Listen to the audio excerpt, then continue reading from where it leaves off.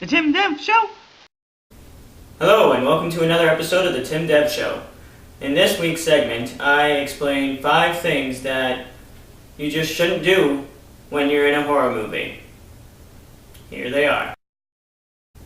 Number 1, you shouldn't open the door or say who's there. I know this is covered in Scream, but it is kind of a moronic thing to do. If you hear a strange noise, like in The Strangers, when they hear people come to their house at like 2 in the morning and ask for a weird random name, Tamara, why would you answer the door? Why would you even acknowledge that you're home? Just stay in your bed and be quiet. Chances are, those things will go away. And if they don't, well then it was meant to be. But answering the door is just inviting them and letting them know, especially in The Strangers, because they then said, when asked why are they doing this, it was because they were home and they answered the door. Their problem could have been solved by not answering the door. Another thing that you shouldn't do in horror movies is leave a group. If you're in a group and you realize that, hey, we're in a horror movie situation or whatever, you don't even have to think like that. You're being targeted by something.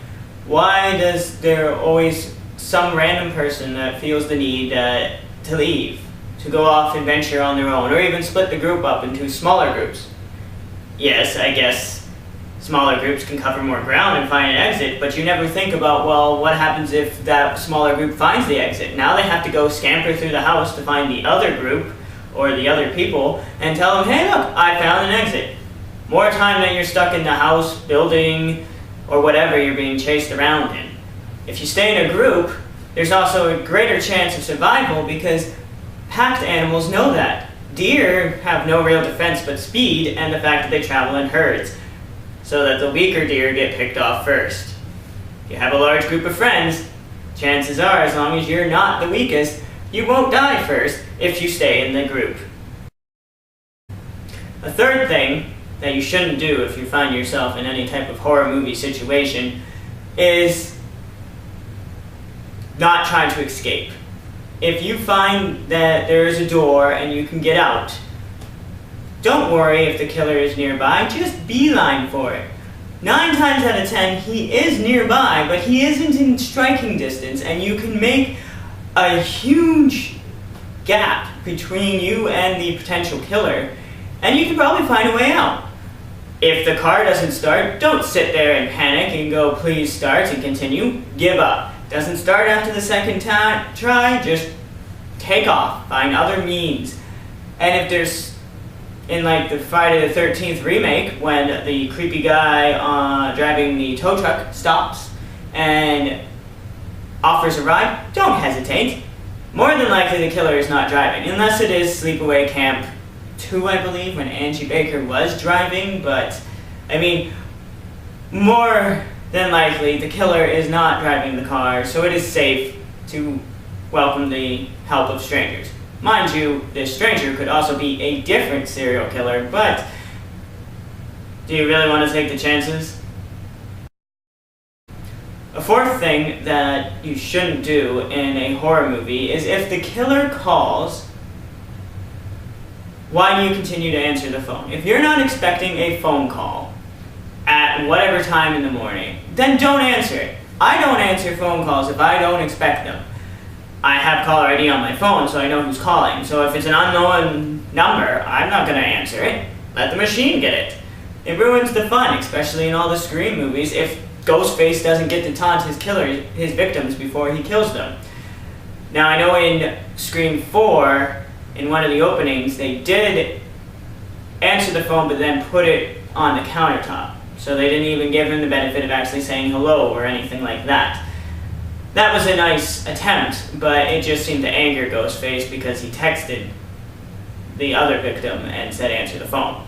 Now, that's just silly business, because why would you befriend people on Facebook that you don't know and give them all that personal information, like your cell phone and where you are and all that nonsense?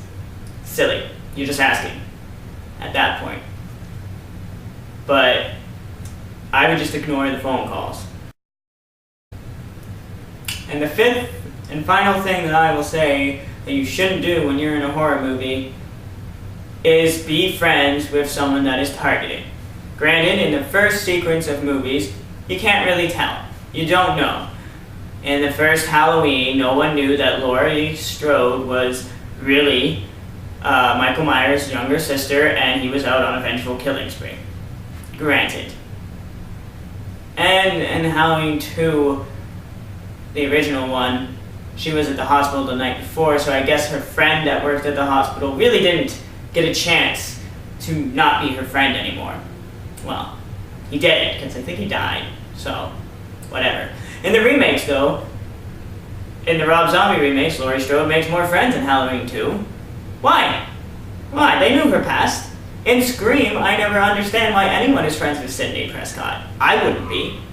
Same goes for, cannot remember Jennifer Love Huge Tits' character's name in the I Still Know What You Did Last Summer, and I know what you did last summer, and I still know what you did last summer. But again, why would you be her friend? You knew what happened. Stay away from those people. You're just asking for it. And if you happen to be their friend because you're kind and considerate and some murders start happening, make yourself scarce. It's time to abandon that friend. Honestly, you didn't really have that much of a memory with them anyway. Like in Scream 2, she had just met half the victims that year in college. So who cares? You knew her for a couple of semesters in school. I know tons of people that I've known for a couple of semesters in school that I don't talk to anymore, and they're not dead, it's just I don't talk to them anymore. I don't cry about it. And if they were being targeted, I guess I don't know. I don't know what I would do, but I would... Now, obviously, I wouldn't befriend someone that had that kind of... Well, I would befriend someone that had that kind of past, I guess. But if killing started popping up all around, I'd make myself scarce. If they came for help, I would help them, because, I mean, that's just rude. But if they're not, like, coming for help, then just make yourself scarce. You don't need to be put into that problem. They did it in Scream 2 with, I